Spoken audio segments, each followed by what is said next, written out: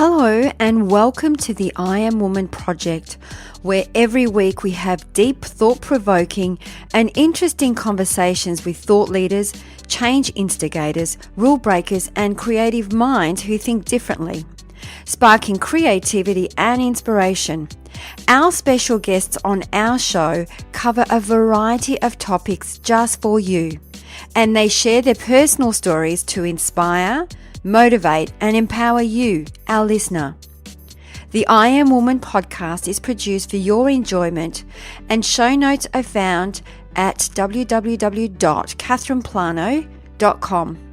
Come back often and feel free to add the podcast to your favorite RSS feed or iTunes. All links are in the show notes. Now let's get into the show.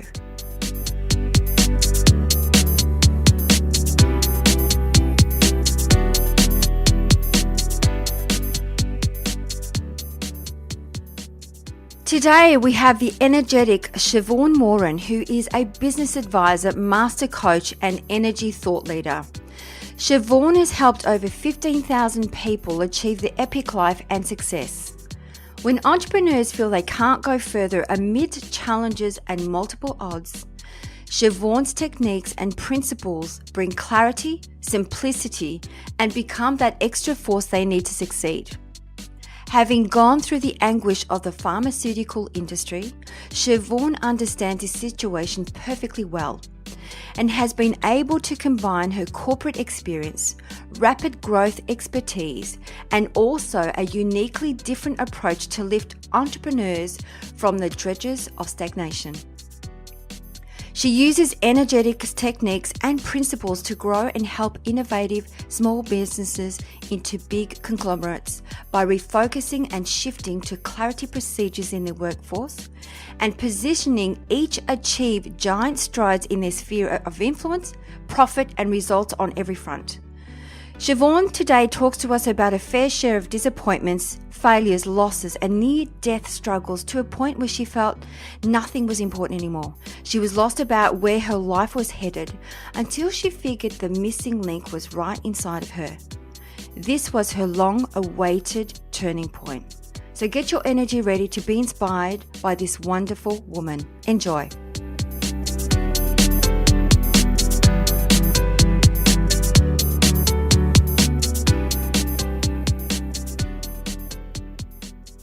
Today we have the most amazing lady on the show, Sheevaun Moran.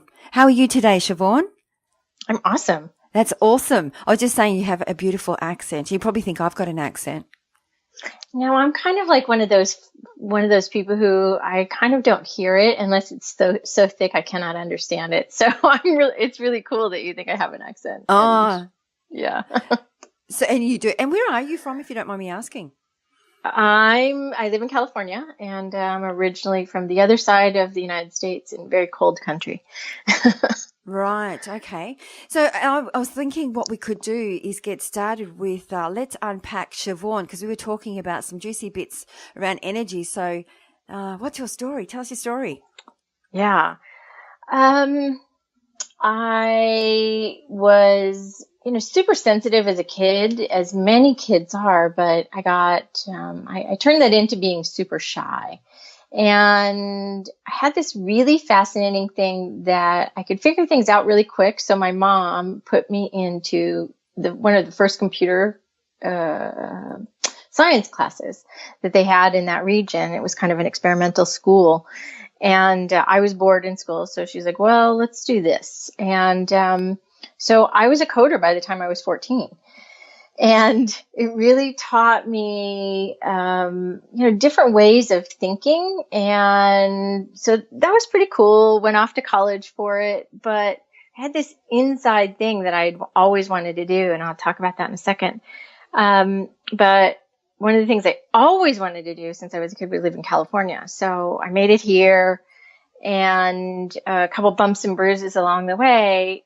But I made it here, and within a month of moving here, I met the love of my life. And so he asked me to marry him like the first night, and I told him he was a lunatic. Mm-hmm. And so what then ensued was a couple, about a year of like back and forth. And every time he saw me, he'd ask me, and I was like, no, I'm not getting married. You're alone. I'm not doing this. And finally I married him, and it was better than ever. And a couple years later, he died in a motorcycle accident. So my whole way of thinking and my whole way of what I thought my future was going to be like was just wiped out in one night. So I was pretty lost for a long time. But in that lostness, there were a couple things that are so important to today, and maybe it will help your listeners. But one of the things my dad's best friend said to me was, now's a time when you're going to find out who you are, and I need you to promise me that you're going to say yes to everything. She said, if somebody calls you at 3:00 in the morning and you pick up the phone and they invite you to go to breakfast or lunch or whatever, and you're going to say yes. If somebody wants you to do something on the other side of the world, you're going to say yes. And she said, I need you to say yes to everything for a while. I think she gave me 90 days or something. And I thought, this is what my head sounded like at the time. I can still remember hearing it. My head said was, okay, fine. Sounds like plan. That's all I could think. That's as much as my brain can handle. So I said a lot of yeses. And one of the yeses was to go and help this company build their organization. Now, I loved entrepreneurs. When I first moved to California, I worked for an entrepreneurial company, and I was one of 12, and I was like, oh my God, I get to use computers, and I get to use like fun, and I get to use all parts of me. And I don't know what this entrepreneur thing is, but I'm doing it. So in that lost phase, I found this company, and they were 5, and I came in as a consultant first to, help them with their marketing and kind of get some things straight. And they were giving away basically their store. They were in the hole like every month. And I was like, this is nuts. I know how to fix this. And I just started going about creating systems and, hiring salespeople and, putting the whole thing together. I loved it so much that I gave away my health. And I would spend 16 hours a day doing it. And I was just having a blast. And I was really good at making sure that I, kept my lostness, right off to the side. And it gave me a purpose. And so we turned that company into a $140 million company in like 4 years. Wow. Kind of cool. And I built the system, like every piece of it, I had my fingers in. And I was like, oh, I got to do more of these. I need this. This is great. This is what I want to do. And so I kept finding companies, but the gift that got me to where I am today is I got sick. I was misdiagnosed by a female doctor, which was so bizarre to my brain. And I kept saying, no, there's something else going on. There's something else going on. So I went and searched my own physician, got a physician, and he tried to I found out I didn't believe in drugs in this whole little process. I found out I don't take drugs. I apparently never took drugs. I'd walk out of the room of a doctor's office and they'd give me a prescription. I'd rip it up and throw it in the trash. So I kind of went through this like, oh, I don't believe in drugs. It's fun. Mm. And gonna get to today, he gave me this way of eating, and I thought, oh, that's how I've always wanted to eat since I was 8 years old. I didn't know it was possible. So all these things started clicking in place, and then I had to have this surgery, and surgery saved my life, but there was one problem, and I didn't know my body, and I didn't understand something important. I didn't understand that you don't just get up off the hospital room and go back to work and on a plane within 48 hours. You take some time, you let things solve. And so I ended up having to sit on my sofa for 2 months. And I thought, well, if I can build companies, I was stupid about this body thing, and I can build companies, I should be able to fix my body and not have to put anything in it beyond whatever they gave me to stop the poison. And so I started thinking about how I built a company. So I got myself healthy, healed myself, and didn't know that's what it was called. I just got myself healthy. And then I took this class, and this is where it gets fun. Took this class on energy healing. And it was like, oh, you'll learn it in a weekend and you'll never be sick again. And I thought, that's me. I need that. Makes sense. Energy. It has a train of thought. Yeah, my computer brain is going good. I need this. Go into class. They're saying all these weird words, doing all these things. And I'm like, what are you lunatics talking about? I am not going to stay here. You're weird. I'm not doing this. And I thought, wait a minute. If all this ever does is keep me healthy for the rest of my life, I'm good. So I stayed. I actually learned how to meditate, and I went home and they said, practice on somebody. Now, at the time, I was building a little pharma company, helping a pharma company turn around pharmaceuticals. And I went home and I thought, well, I can't tell any of those people. Who can I tell? I'll talk to my dad. He had this thing called a bone spur. Didn't know what it was. And they said it worked on anything. I was like, okay, let's try this. So he said, what are you doing? I said, I don't know. I'm waving my hands around. Sounds good. They say if you feel better, great. I was like, just give me a chance. So I tried it. He was walking across the room. He said he tried everything. And I thought, you're lying to me. You're my dad. So he was healthy. And I thought, I'm a scientist. Let's just see and try to prove this thing doesn't work. So I went around. I would accost people if they were limping or if I overheard them in a supermarket line. Anywhere I heard somebody having pain, I'd be like, hey, I learned this thing. Want me to try something? Because I don't have to touch you and you might feel better. Everybody said yes. That's amazing. And here everybody is just saying yes. And I'm just trying to prove this thing wrong. I thought, well, okay, it kind of works. That's great. And my body was healthier than ever. And I thought, wow, that's pretty cool. Go off to Nepal. I'm using my little tools. And there's a lady at Base Camp Everest where we stopped and we're going to turn back around and come down in our group who had a massive stroke. And I go into gear like I know exactly what I'm doing. Now I'm still pretty green at this stuff. And I worked on this woman for 7 hours, and we saw her 6 days later after we had her airlifted out. And she was walking and talking, and I was like, okay, I built companies over here. This happened. This woman's alive because of this one thing I know how to do. And I don't even really know how to do it. This is important. Everybody on the planet needs it. So I've been a little obsessed since about it. So fast forward a little bit, a couple companies later, and I was like, I bet this works in companies. So I started playing around with my sales teams to see if I could get them to use some of the tools, even though they didn't know what they were, to increase sales and to really be more who they were rather than a pushy salesperson. And sales went up like 35% within like the first 60 days. And I thought, oh, this is important. So that's when I started combining the two. And then people just kept saying they wanted to hire me to do this thing and, help them. And every single time people would get money, even though that's not what they were coming to me for, they would get money. I thought, wonder why nobody else that's doing this work really has this kind of little angle. And it's because of my corporate background and what I went through. So today, what I do is I teach people how their businesses are falling apart or challenged or upside down, whether they're small, startup, an idea, or have been around a while and large, how to implement this into every part of their world so that profits go up, health goes up, harmony goes up. So I call it the physical, mental, emotional, spiritual, relational, and financial. And the reward is just financial. Kind of fun. So that's what I do today. What a story. I have so many questions. I'm sure our listeners have got so many questions as well, Sheevaun. So I guess for me, trying to understand, and for our listeners as well, because I'm sure that they will be reaching out to you after listening to your story.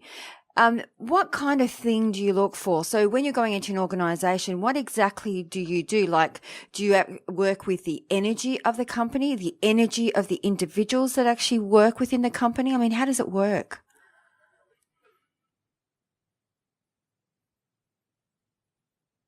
Hello? Oops, I'm talking away. I have to work with the CEO or the top management first. And then I can work with some of the other parts of the organization. So it's fascinating because there's a saying in corporate that says the speed of the leader is the speed of the team. And it's really actually the energy of the leader is the success of the team. And that has proven out, many thousands of times for all of the different folks I've helped. And so we work from the top, and if necessary, we work from the bottom. But probably 85% of the time, once we fix it at the top, it kind of magically gets fixed everywhere else. I'll give you an example. Thank you. So I had this one CEO client, he had a tech company, and his tech team, oh man, they were just making mistakes. Everything was breaking. It just didn't matter. And he was at his wit's ends. And I said, listen, here's what I want you to do. I want you to take me into your meeting, and I want to talk to them without ever talking to them. I want you just to have the meeting with them, and I'm just going to listen to what's happening. And so I realized that there was a massive disconnect from the top to the person who was going to implement the tech into the code. And it was language, it was all kinds of things, but first and foremost, it was energy. And as soon as he got back to his office, and I said, okay, this is what we're going to do, and this is how you're going to handle your energy before you walk in the door tomorrow. And I'm not going to be on the call. You just do this. And within 48 hours, all of a sudden, all of that coding issue that had been going on for months and months and months was like, boom, got the answer. Everything's good. Cool. Yeah, no, yes, very cool. Absolutely very cool. But what I'm looking at, I guess for me, is trying to understand what is that thing that you make them do for them to create that such a big shift? Right. So generally you've got a good cop and a bad cop inside of you. And when you're communicating with somebody, you're communicating from what you think the other person wants rather than your own true energetic self. And we actually don't know as humans what our energetic self is because we've been trained to take on other people's stuff in order to get to a result. And so the objective is to get the client into who they really are, who they feel like, and who they're meant to be energetically, so that what occurs is that thing of things just magically occur. So you can call it law of vibration, law of attraction, but it's really higher than that. It's really the core of each person, each human has something that is meant to resonate to the other person on the other side of them, no matter what circumstance that is. And 9 times out of 10, or even more than 9, but nine times out of 10, that is out of sync. And so I give them tools on how to get that back in sync, or I will do it for them if the circumstance is such as the tech thing.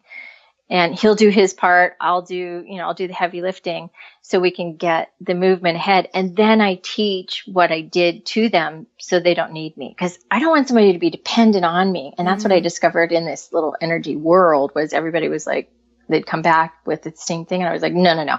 I'm from corporate. We got to fix this. And you got to learn how to do this because I'm not doing this for you forever.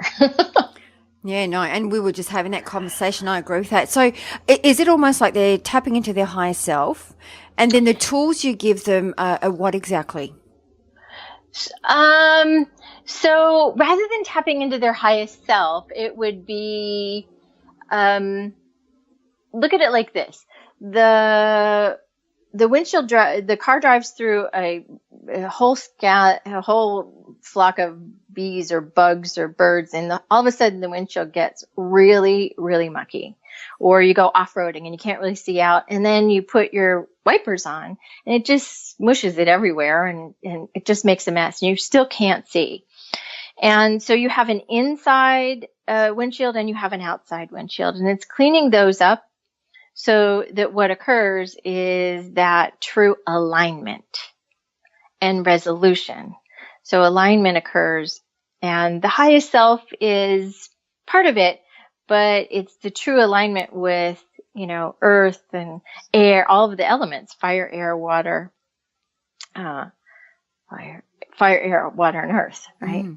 And so when you become that true unit of you without others attached to it, you can actually communicate better from who you really are rather than trying to get somebody to love and like you. And that's the personality that's in the love and like. That's really fascinating. So basically tapping into your internal elements. Right. And getting them aligned to the external elements, which you have two different ways to do it. And it's really, it sounds complicated. It is complicated, but it's really just starting with getting grounded. Because 9 times out of 10, we're still living from some sort of trauma, worry, fear, anxiety. We're walking into any circumstance, assuming people won't like us, they won't love us, they won't want us, they'll reject us. And we've got all of these energy templates, forgetting the mind, right? We've got all these energy templates overlaid, and the person on the other side of us, they'll yell at us, and we're like, wait a minute. But they're responding to the energy template, not even to the personality. Do you know, I'm a true believer in that. I always say that it's when people show up a certain way, so it's their energy, the behavior, it's not really who they are. And I think that, to me, I look at it this way, it's you have to understand what they're thinking about, what they're feeling for them to show up that way. And so you kind of reverse engineer the whole process. So they're getting internal of themselves to be able to connect with that part of themselves, to actually unpack that and actually work through it. But I'm so intrigued with what you do. And on that, I guess, what drives you to do what you do? Ooh, great question. That one thing of seeing that woman walking and talking, was the first of a several. I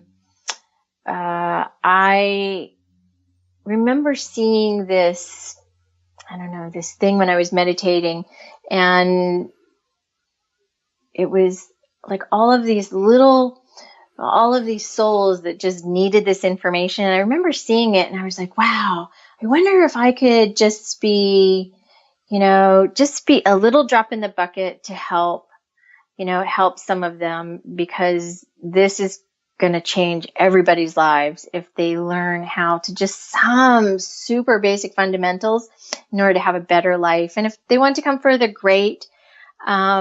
But if I could just do that, then I'd be good. So I remember, that in a meditation. And so I think that's are you still there? Yeah, of course I am. I'm just intrigued with what you're talking about. Great. So that's kind of the thing that I guess you'd say operate from.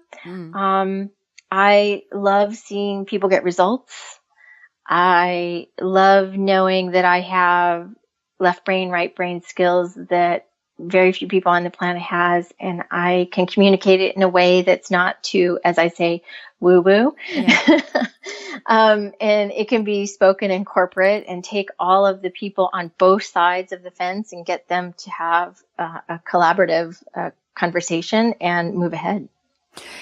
So do you ever get any resistance going to a corporation? Because I myself have been in corporate for 22 years. And like we were having a conversation before we started recording the show, that when you're actually in that kind of environment, it is a little bit, the way that you need to speak about it, it's almost have to be a scientific approach and not to metaphysic approach, I guess. Do you find that yourself, that you get sometimes a little bit of resistance, or none at all? No, none. No, none at all. And I'm certain that it's attributed to my certainty, my depth of understanding, and knowing the possibility of where they can come from, and then just helping them find a language set that makes sense for their brain. Yeah. So, Sheevaun, with your journey, or an adventure, I'd like to call it, what has been the greatest lesson that you have ever learned? Oh my goodness. The greatest lesson. Wow. Big topic, girl. I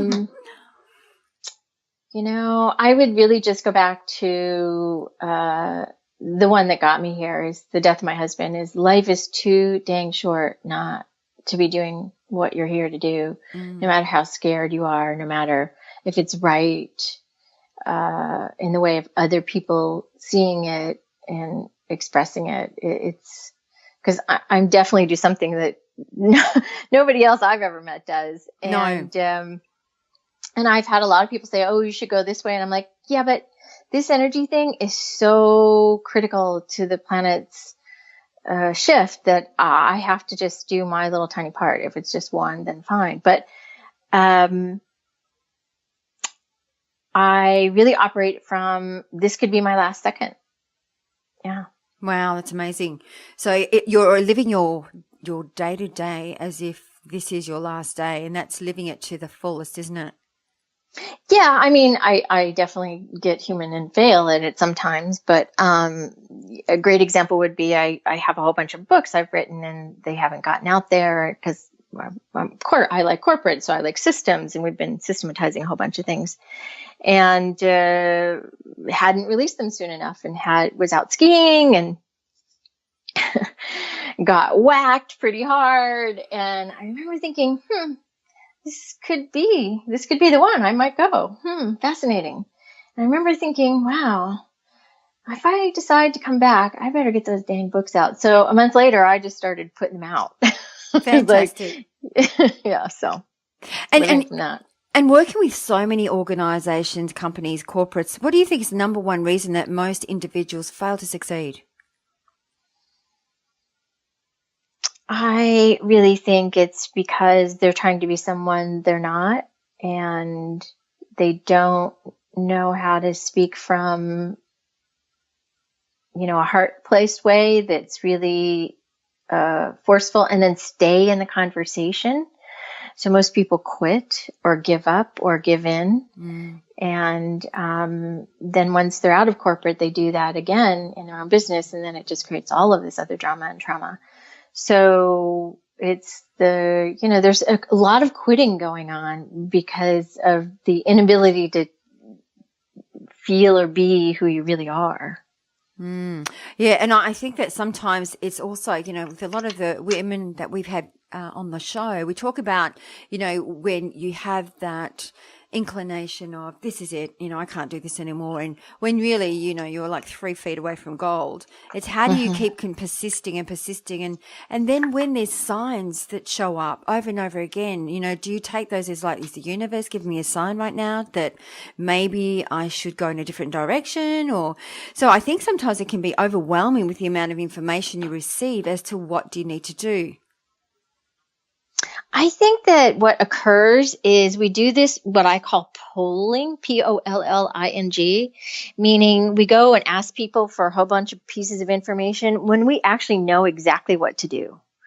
And we're looking for somebody to give us an easier solution or suggestion or talk us out of it. And we already know. We've already had that conversation. We already know. And yet these other people, I call it, they poop on our party. And they're pooping on the real party. And then you get really confused and chaotic and you can't figure out which way to go. Yeah, that's so true. So true. And I mean, the thing is, I was having this conversation just last night, actually, just about, cause I myself have made some major business decisions, but it took me quite some time to get here. But the moment I made the decision, it was like the universe was collaborating with me and everything just went smooth sailing. But I think it's when you're at that crossroad and you're indecisive, not knowing where to go, which path to go down, that's when it can be a little bit confusing. Yeah, I think something important happens that in that crossroads, we're in the process of quitting. Yeah. And my little, experiment that has proven out to be pretty good over all these years is that you just keep saying yes and things totally work in your favor. It's mind blowing what can happen when you keep saying yes. And stop doing the back and forth, because we actually do know. Here's science. Science has proven that we actually know within 5 milliseconds. And if we don't marry the idea in 5 milliseconds, we go back. So true, because you can feel it in your heart, you can feel it in your gut, but then your mind gets in your way. And this is where I say we get in our way. And we have this internal dialogue where you start having this conversation. You're talking yourself out of making that decision that in your heart you need to make. Absolutely. Yeah. It really changes the game, and it keeps you in pain. So true, so true. So, Sheevaun, what advice would you give your younger self? I wouldn't change a thing. Because then I wouldn't be who I am. So I don't think I could change a thing. What advice would I give myself?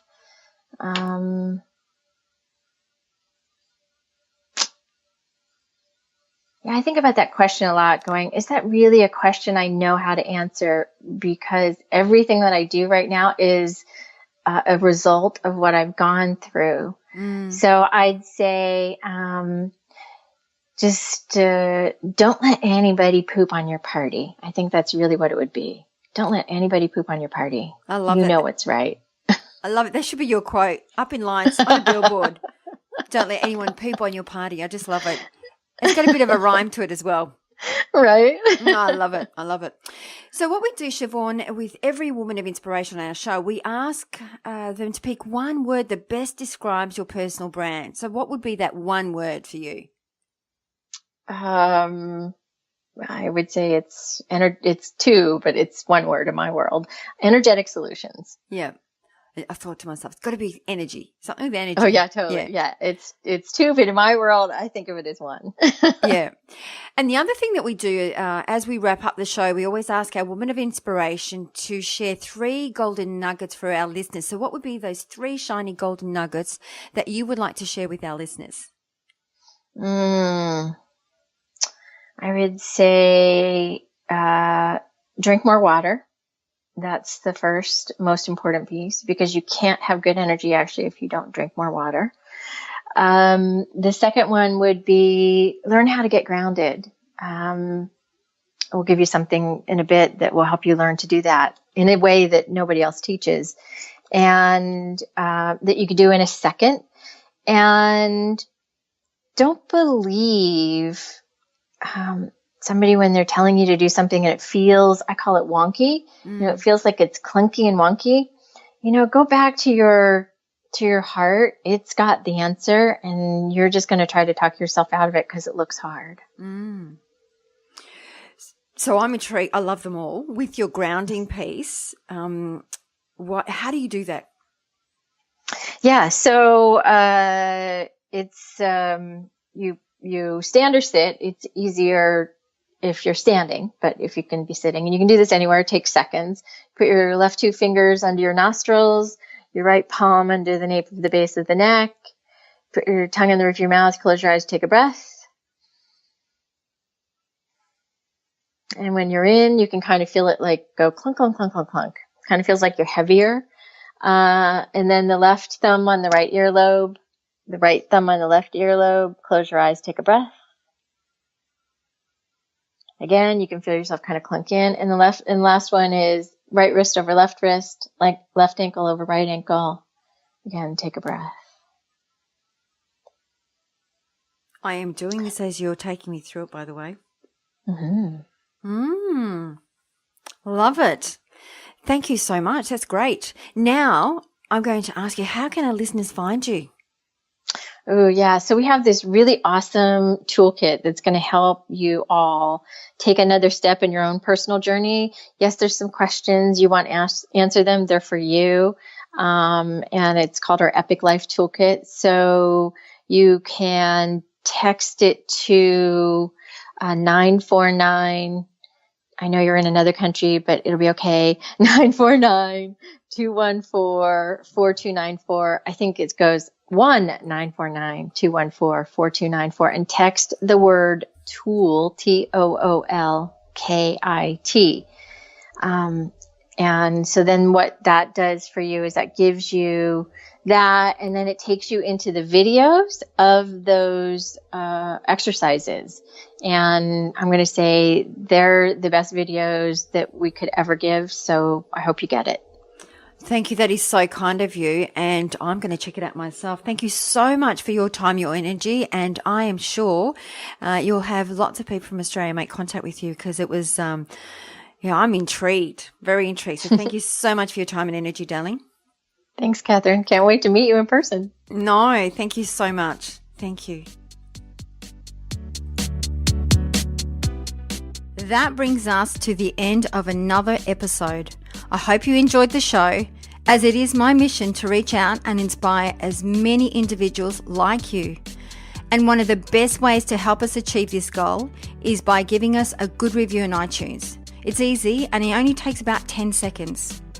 If you have any questions or special guests that you would like to hear from, please send us an email to support@catherineplano.com.au and we will get right back to you. You can also follow us on Instagram, Twitter or Facebook @Catherine Plano. That's it for now. Thanks for listening. Until next week, please take care.